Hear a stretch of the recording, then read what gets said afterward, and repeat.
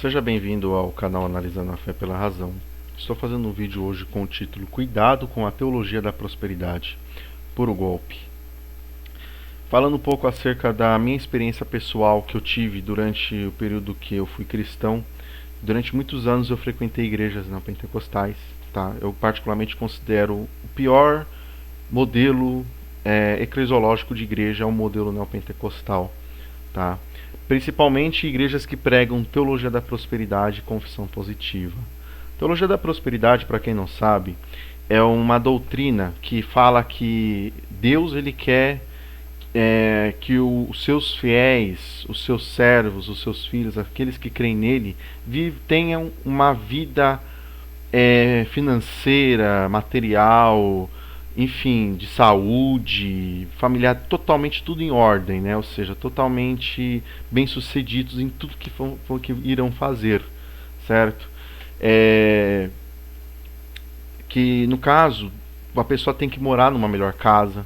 A teologia da prosperidade, ela incentiva o membro, as pessoas que são adeptas, que frequentam esse tipo de igreja, lá elas aprendem que Deus querem que a pessoa vista o melhor, comam do melhor, tá? Tenha o melhor dessa terra. Geralmente não trabalhem de empregado. Se trabalhar de empregado, trabalhe no melhor cargo. Se trabalhar, ter um próprio negócio, que a empresa tem que crescer, tem que prosperar.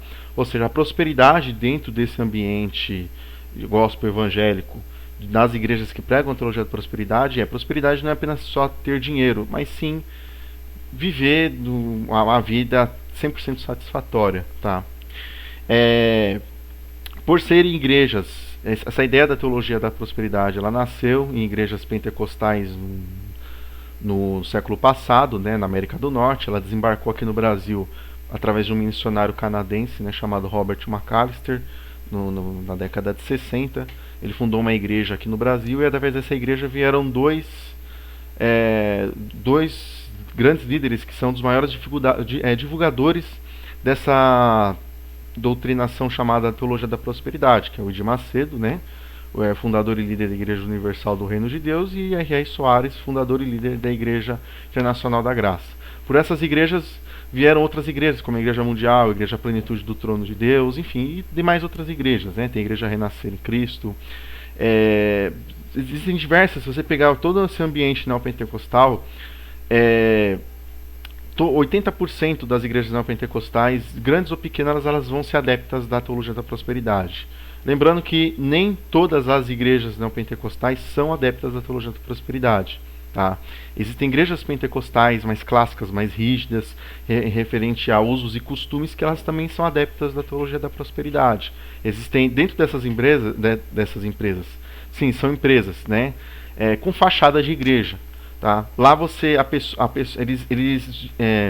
por essa questão financeira, para o pessoal alcançar bens materiais e tudo, ensina-se a questão da ação da fé, ou seja, a pessoa tem que ter fé para alcançar essas promessas de Deus, tá? Mediante a pagamento de dinheiro, tá? Que eles vão chamar lá de dízimos, ofertas, sacrifícios, enfim, são diversas formas de arrecadar dinheiro, de quantias menores a quantias mais estratosféricas, tá? Tem pessoas que dão milhões de reais em cima dessa através dessa pregação, né, dessa doutrinação que é pregada dentro dessas igrejas, chamada teologia da prosperidade.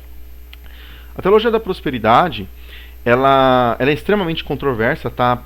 Principalmente para quem estuda o cristianismo de fora, ela vai perceber que é uma doutrinação extremamente duramente criticada por igrejas mais tradicionais, igrejas reformadas, pela própria igreja católica, né? E até mesmo igrejas pentecostais em si, elas têm igrejas que não concordam de forma alguma com a teologia da prosperidade. E por quê? Como eu costumo aqui tratar no meu canal, né, acerca das bagunças e confusões cristãs dentro do cristianismo, a teologia da prosperidade, os seus pregadores, não diferente de outras doutrinações, principalmente protestantes e evangélicas, eles vão usar sim a Bíblia para basear os seus ensinos, tá?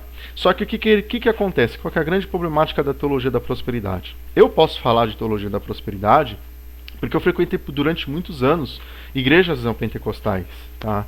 Eu frequentei sim, ia por falta de conhecimento, tá? Eu lamento muito não ter estudado, não ter tido vergonha na cara e coragem de estudar mais a Bíblia, estudar a teologia, estudar o cristianismo, para entender e pegar ali, identificar os enganos que os pastores, os líderes dentro dessas igrejas pregam referente a esse ensino deturpado, tá? Que é a teologia da prosperidade. Então, eles focam muito na questão de promessas. Realmente, a Bíblia ela vai falar de muitas promessas, principalmente no Antigo Testamento.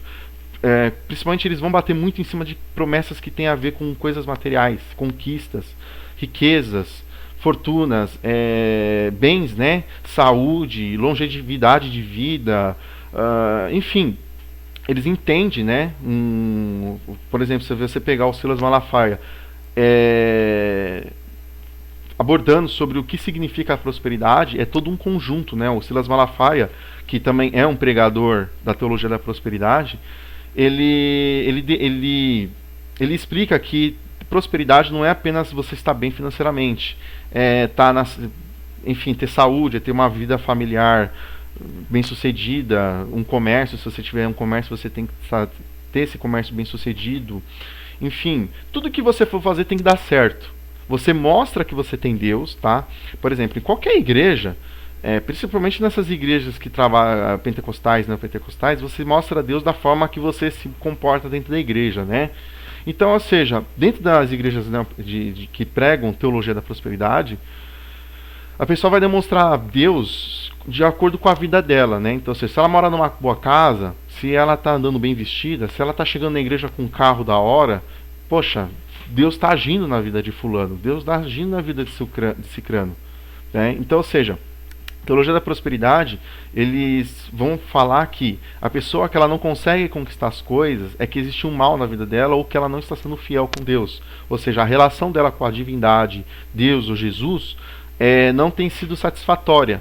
Então, só que essa relação satisfatória para a pessoa ser bem sucedida geralmente envolve a dar grandes quantias de dinheiro para essas igrejas, tá? Não é à toa que a igreja que prega a teologia da prosperidade, eles falam muito em dinheiro, tá? E os seus líderes, eles estão podres de ricos, milionários. Os caras ganham dinheiro assim a rodo, tá? E muitos pastores que fundam igrejinhas por aí de fundo de quintal, tal, pregando às vezes teologia da prosperidade, campanhas de milagre, campanhas para se alcançar bênçãos, eles no fundo estão focando crescer o seu ministério para poder viver daquilo, certo? Assim como o Ridir Macedo fez, o R.R. Soares fez, o Palharini faz, aquele apóstolo gordo que você tem na televisão lá da Igreja Plenitude do Trono de Deus, enfim. Eles focam porque não é segredo para ninguém que esses caras têm uma vida, né? Uma vida bem sucedida. Se você observar esses pastores, você vê que eles andam no carro bom, no carro do melhor dos carros, vestem os melhores ternos, usam relógios caríssimos. As igrejas têm helicóptero, têm jatinho. Enfim, eles têm uma vida de magnata. E a grande problemática nisso é que esse dinheiro que essas igrejas arrecadam, a maioria vem de pessoas desesperadas. Porque o chamariz que essas igrejas vão utilizar para atrair pessoas é o sofrimento. Né? A pessoa está numa situação difícil. Eles vão pregar o quê? Seu marido foi embora, sua mulher foi embora, ninguém te quer, você vive só sozinho, você está com uma doença, você está com um filho das drogas, é o mal que está agindo, Deus quer te abençoar. Por que você compareça em uma das nossas igrejas? Você pode ver, se você ligar a televisão, você vê uma igreja dentro desse ambiente neopentecostal, tá? E dentro desse ambiente neopentecostal, as igrejas que pregam teologia da prosperidade, que mantêm programação na televisão, uma concorre com a outra para chamar pessoas. E eles vão bater o quê? Em cima do sofrimento. Porque geralmente quando as pessoas elas não têm um conhecimento racional sobre religião, sobre a teologia, ela geralmente vai sempre fazer um apelo para alcançar benefícios ou objetivos pessoais, ela sempre vai apelar para entidades metafísicas. Né? Então, exemplo, a pessoa ela quer conquistar alguém, ela vai apelar para uma oração, às vezes ela vai na igreja, ela faz uma novena para um santo, se ela for católica, se ela for da Umbanda, das religiões afro, ela vai fazer uma simpatia, ela vai fazer um trabalho espiritual, né? Um despacho, enfim, uma mandinga. Ela, a pessoa que quer prosperar, a mesma coisa. Ela apela para oração, para reza brava, para o cruzeiro, enfim, para o despacho. Ela vai fazer qualquer tipo de apelação para alcançar aquele objetivo dela. Ou seja, ela vai apelar para fazer um apelo metafísico, né, com entidades imaginárias, para alcançar o que ela quer para a vida dela.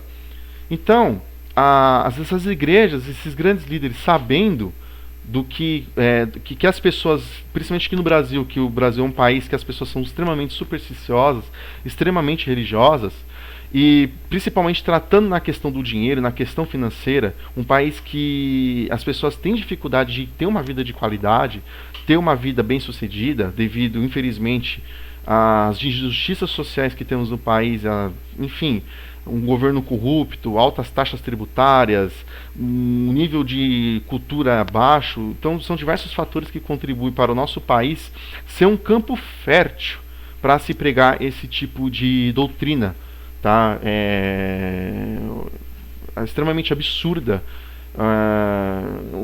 uma doutrina que engana. Eu, por exemplo, posso falar por mim mesmo que eu já fui enganado brutalmente, tá? A questão não é nem da pessoa ser cristão, mas é a questão da incoerência, tá? Porque, tipo assim, se você chegar para uma igreja um adepto de uma igreja dessa, eles vão falar que eles servem a Jesus, eles seguem o Jesus da Bíblia. Mas se você pegar o Jesus da Bíblia comparado com o Jesus apresentado por esses pastores, são, assim, duas visões, são dois Jesus totalmente diferentes, tá? A verdade é tanta que, se você pegar, por exemplo, os mártires da igreja, né, no primeiro e no segundo século, os pastores hoje pregam que você mostra a Deus com uma vida bem sucedida, mas eles não tiveram uma vida bem sucedida. E principalmente se você, para você, tá, estou falando essa mensagem principalmente para você que é cristão, principalmente se você está num tipo de enganação dessa, tá? Estude a Bíblia de forma mais assídua, tá? Deixa de ler só o livro de Salmos ou a caixinha de promessa, porque as pessoas que frequentam esse tipo de igreja, elas não têm um conhecimento bíblico. O conhecimento bíblico dela é extremamente raso, tá? Não tem um conhecimento de teologia, porque para essas igrejas não é interessante pregar, ensinar a teologia pura, a teologia séria, a teologia racional, a teologia utilizando-se um método histórico crítico. A teologia ela é extremamente devocional e rasa, certo? Por quê? É justamente para manter os membros dessas igrejas no controle. E uma prova que eu trouxe aqui no vídeo, nesse nosso esboço, eu trouxe aqui uma imagem de um envelope, tá? Que eles utilizam muito essa questão de campanha, propósitos, enfim, e eles dão um envelope para a pessoa depositar uma determinada quantia de dinheiro, né, dentro desse envelope. Essa quantidade de dinheiro vai ser variável, né? E tem pessoas que depositam todo um salário dentro de um envelope em busca de uma bênção, E eles falam: não, nós seguimos a Bíblia, né? Aqui do lado aqui você pode observar a passagem, tá? O envelope diz assim: eu verei a prosperidade. E aí você tem o texto ali de Isaías 23, verso 18, tá? Observe, eu quero bem você, presta bem atenção, você que frequenta esse tipo de igreja, tá? Você que frequenta essas igrejas grandes da televisão, você que dá crédito para esses tipos de pastores, esses mercenários, esses caras que nem seguem o Jesus que você diz crer, tá? Eu vou te mostrar aqui, eu quero que você preste bem atenção. Esse aqui é um modelo de envelope, tá? Que eles utilizam. Eu vou deixar aqui embaixo nos comentários o link das imagens desse envelope. Esse tipo de envelope, eu vou deixar o link de blog e de sites que produzem esses envelopes, esses materiais de campanhas, de propósitos para essas igrejas, tá? Essas igrejas neopentecostal, tá? Eu falo olhando para a câmera. São empresas. Elas te enganam. Se você frequenta esse tipo de ambiente, esse tipo de igreja, eu quero que você preste bem atenção no que eu estou falando. Eles te enganam. E eu quero que você observe nesse vídeo o engano que essas igrejas praticam. É só um exemplo de milhares. Eu vou fazer depois outros vídeos falando de outras passagens bíblicas que eles utilizam para te enganar. Mas eu quero que você preste bem atenção e leia essa passagem que aqui, esse verso 18 do capítulo 23 do livro do profeta Isaías. Observa bem como a passagem está. entre aspas, e o seu comércio serão consagrados ao Senhor. Não se entesourará e nem se fechará, mas o seu comércio será para os que habitam perante o Senhor, para que comam até se saciarem e tenham vestimenta durável. Prestou bem atenção nessa passagem que está aqui do lado? Prestou? Observe bem a passagem. Essa tem uma imagem de um envelope, tá? Eu verei a prosperidade. Ou seja, para a pessoa que quer ganhar dinheiro, para a pessoa que quer comprar um carro melhor, que quer crescer o seu comércio, crescer sua empresa, crescer de cargo dentro da empresa, aí ela frequenta essas igrejas em busca da prosperidade. Aí eles dão esse envelope, o pastor vai falar para você, ó, se você pegar esse envelope e trazer uma determinada quantidade, eles estipulam o valor que as pessoas devem trazer, né? Desrespeitando a vida, né, financeira dos membros, enfim, que geralmente quem vai trazer mais é que pode mais, tá? E eles dão uma atenção mais especial para quem traz mais. Eu quero bem que você preste atenção. Se você frequenta esse tipo de igreja, participa lá das campanhas de prosperidade, dos congressos empresariais, talvez esse envelope não seja estranho, certo? A passagem que está nele é Isaías 23. Tá vendo aqui? E o seu comércio, teus pontinhos, serão consagrados ao Senhor. Então, ou seja, a pessoa lê essa passagem, a pessoa vai interpretar que aquilo é para ela, né? Ou seja, a passagem, poxa, interessante, né?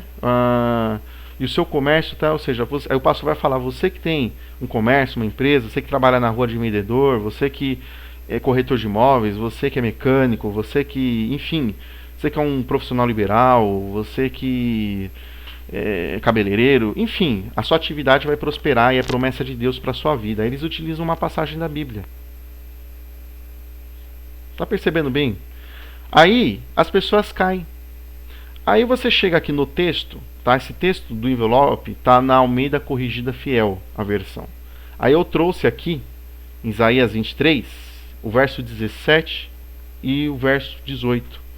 Tá? O verso 17 diz assim: porque será no fim de 70 anos que o Senhor visitará a Tiro, e ela tornará a sua ganância de prostituta e prostituir-se-á com todos os reinos que há sobre a face da terra. Aí, ó, eu trouxe aqui no esboço um exemplo lá do texto, tá, no envelope. Lembra dos 3 pontinhos no envelope? Aqui, ó, no desenho do envelope, tá vendo que tá os 3 pontinhos? Agora observe aqui o verso 18 na íntegra. E o seu comércio e a sua ganância de prostituta serão consagrados ao Senhor. Não se entesourará, nem se fechará, mas o seu comércio será para os que habitam perante o Senhor, para que comam até se saciarem e tenham vestimenta durável. Ou seja, essa passagem de Isaías 23, ela fala, é uma profecia que Deus revelou ao profeta Isaías sobre a situação degradante que o reino de Tiro, que era inimigos, tá, eles eram inimigos do povo hebreu, ficaria. É uma linguagem figurada, não tem nada a ver com o século XX, século XXI, não tem nada a ver com a crise do Brasil, não tem nada a ver com a sua atividade comercial, não tem nada a ver com o seu emprego, não tem nada a ver com a sua empresa. É uma passagem profética da Bíblia para um povo, ou seja, para o povo hebreu, tá? Para uma época, a época do profeta Jeremias. Você pode ver que o tempo até estipula, né, melhor dizendo, aqui, ó, no fim de 70 anos. E olha aqui, esse o seu comércio, que é o envelope lá corta, tá? Fala sobre a ganância, o ganho, tá? Ou seja, a forma que Tiro ficaria, tá? Ou seja, ela iria se vender a outros reinos, iria precisar de favores de outros reinos, de outros povos. E o que ela ganha, no caso que ela ganhasse, retornaria, ou seja, para o Deus dos hebreus. Leia a passagem toda de Isaías 23 para você entender. Aliás, leia todo o livro de Isaías 23, estude sobre o livro do profeta Isaías. Aí você vai ver que não tem nada a ver. Você vê que eu deixei até aqui em vermelho, em destaque. A versão utilizada no envelope é a mesma que eu trouxe aqui, Almeida Corrigida Fiel. Ou seja, eles produzem envelope, além de eles isolarem, eles já pregam uma passagem deturpada. Eles já isolam versículos. Tira fora o contexto histórico, o contexto cultural, o contexto social, o contexto temporal, né? O contexto geográfico, eu não lembro nem se eu citei. Mas assim, todos os pontos que devem ser analisados dentro de uma passagem bíblica, eles arrancam fora cortam o que não é interessante para eles, o quê? Para adaptar e engana as pessoas. Por quê? Porque a pessoa que vai numa igreja dessa, ela vai pegar esse envelope, ela não vai perder tempo de abrir a Bíblia para conferir essa passagem na íntegra. Por isso que o povo é enganado. Os jovens, principalmente os jovens que vão nesse tipo de igreja, tá? Todas são farinhas do mesmo saco. É o que eu falo. Se você quer ser cristão, quer frequentar uma igreja, é um direito seu. Vivemos num estado laico, vivemos numa democracia. Você pode frequentar, ser adepto da religião que você quiser, você pode crer no que você quiser, tá? Frequentar a igreja que você quiser. Só que aqui, isso eu reconheço como um grande engano. O engano do engano, né? Porque a religião em si já é um engano. O cristianismo em si tem diversas problemáticas. Mas, poxa, você pegar o engano do engano do engano e encontrar outro engano, tipo, os caras vão montando engano em cima de engano. E as pessoas são ludibriadas. Aí você pega, você se sacrifica, o seu salário, o seu dinheiro, você deixa de comprar alguma coisa para sua criança, para o seu filho, uma coisa para você, algo para sua esposa, algo de necessidade para sua saúde, para sua residência, ou um investimento, para dar dinheiro, né, para essas igrejas. E olha aí o que eles fazem. Isso aqui é uma prova, só uma. Vai ser feito outros vídeos, outros comentando acerca desse assunto. Tá? Eu já fui vítima de teologia da prosperidade. Eu já frequentei e não recomendo para ninguém. Tá? Eles têm até um trabalho social, exceto se você for dependente químico, tá numa situação degradante, né, morador de rua, enfim. Até vai ter dar um desconto para esse tipo de pessoa que realmente a pessoa não tem nenhuma saída. Mas para você que trabalha, você que estuda, você tem uma vida consciente, e, poxa, mas eu preciso de Deus. Cara, Deus é uma coisa que você, se você crê em Deus, você pode ter para você. Você não precisa depender de uma igreja, de um líder religioso, para você ter Deus na sua vida, se você crê que Deus existe, ou que Deus é todo poderoso e pode estar em todo lugar.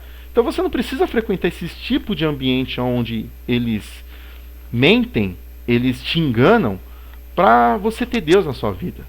E se existe um Deus, que tipo de Deus vai compactuar com isso? Se existe um Deus que intervém na humanidade. Tá? Ou seja, é uma prova cabal. Tá? Uma prova, melhor dizendo, né? É uma prova concreta de que eles enganam brutalmente as pessoas, porque as pessoas não têm conhecimento. Os jovens, as pessoas que frequentam essas igrejas, elas estão interessadas no umbigo delas, no bem-estar. Tá? Elas não estão propriamente preocupadas com em adquirir um conhecimento, construir um país melhor, uma sociedade melhor. Elas estão preocupadas com a vida delas. Tá? Elas querem bênçãos, elas querem um bem-estar próprio pessoal para elas. Certo? Se você... Vou encerrar o vídeo aqui, o vídeo deve ter ficado muito longo. Mas enfim, é um assunto extremamente extenso. Vou fazer outros vídeos comentando acerca de teologia da prosperidade. Se você gostou do vídeo, inscreva-se no canal. Aqui eu trato com teologia séria, de forma racional, de forma concreta, sem misticismo, sem devocionalidade, sem confessionalidade. Se inscreva-se no canal, deixa o seu like, seu joinha. Tem a nossa página no Facebook lá, Analisando a Fé pela Razão. Curta a nossa página lá no Facebook, tá? A teologia, cristianismo, islamismo, ateísmo, agnosticismo, deísmo. Aqui procuramos tratar, tanto aqui no canal como lá na nossa página no Facebook, procuramos tratar diversos assuntos aí de forma séria, né, de forma com imparcialidade e com honestidade. Agradeço aí se você assistiu o vídeo. Muito obrigado, forte abraço e paz.